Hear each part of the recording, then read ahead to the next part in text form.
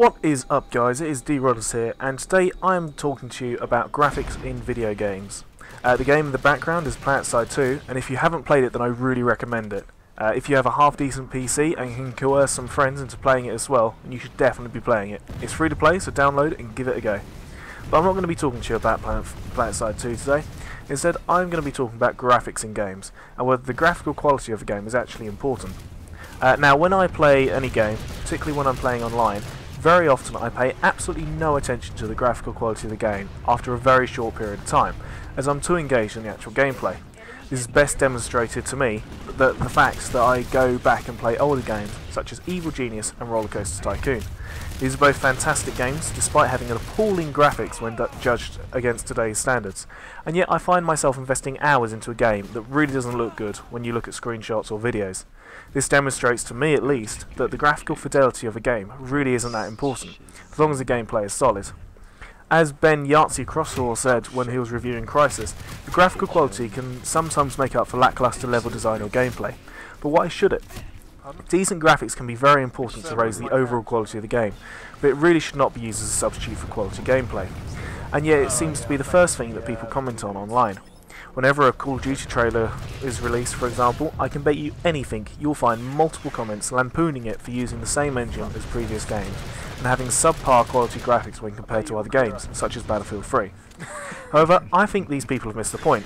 The important aspect of a graphics engine is that it should provide decent aesthetics that suit and augment the gameplay. For example, Team Fortress 2 is very much a fun and silly online shooter, and its cartoony visual style really suits it down to the ground and reflects what it is at heart. The graphics may not be the best, but they actually improve the game rather than covering up a deficiency in gameplay, or indeed detract from the actual gameplay itself. The best example that springs to mind of a graphics engine detracting from gameplay is Battlefield 3. In Bad Company 2, buildings could be completely destroyed, creating new routes to use, new cover to hide behind, and a new and quite inventive way of killing a large number of people, if you can. However, fast forward to Battlefield 3, and although we now have fantastically realised grass with beautifully rendered shadows, we also have a distinct lack of destruction. Now, this really doesn't make sense to me. It just can't compare to the destruction in Bad Company 2. Where at the end of the rounds, the battlefield was more often than not a flattened and steaming mess. Now, if you have a look at Battlefield 3, the maps at the end of the round will often look exactly as it did when it started, maybe with a few corners chipped off and some smashed glass. Now, this really isn't good enough, especially when you look at what the pre-release footage of what the Frostbite 2 engine can do. That gave the impression that lots and lots of buildings were completely destructible, which just really isn't representative of the game, and it's actually quite misleading. Granted, graphical and feature development are two completely separate things, but for the life of me, I cannot understand why DICE would want to reduce the level of destruction whilst increasing graphical quality. Having a look at presentations from the Game Developers Conference, you can easily see that the potential for destruction is there. Frostbite 2 has the power to have the same level of destruction as Frostbite 1.5 did, and yet we're left with a game that has far less destruction than its predecessor. Now, obviously, I don't understand the complexity of graphics engines and processing power, otherwise I'd have a nice game in a nice job in a game studio somewhere, but I cannot comprehend why this reduction in destruction has been put in the game. Personally, I would like to see a game that has the same or greater levels of destruction as Bad Company 2, rather than realistically rendered terrain. As I've said before, after a very short time, graphical quality makes no impression on me, and what's left after that is just the gameplay. However, I can see why graphics are constantly improved. It's essentially due to marketing. Now, it is very easy to make a trailer showing off the latest and greatest graphical improvements, but it is a lot harder to show off innovative ideas or improvements to gameplay.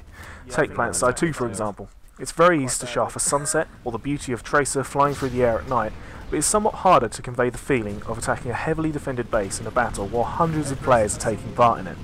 It's also almost impossible to show any potential player what it feels like to be part of a mass charge, but it is childishly simple to boast of better graphics. Before more and better features are introduced to games, we really need to have better marketing, as well as a change in gaming culture.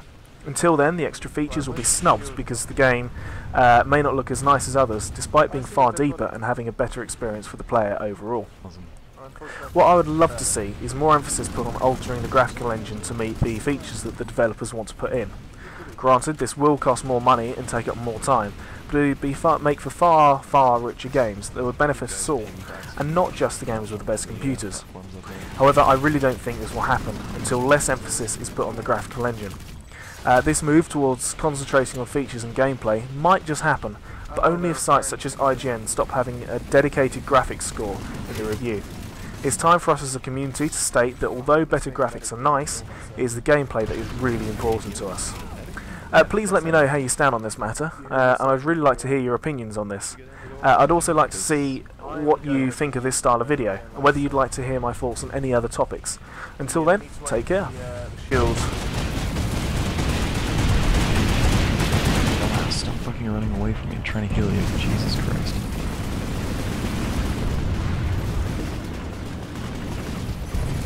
Ideally we need to head for that shield that's like 100 and whatever meters away.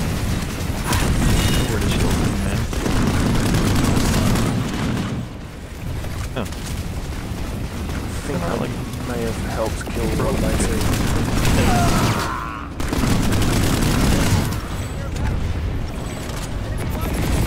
Oh, that's a fucking tank. Jesus.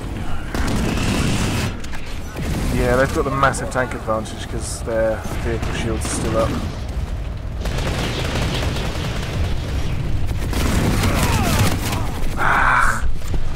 Got so close to the fucking door.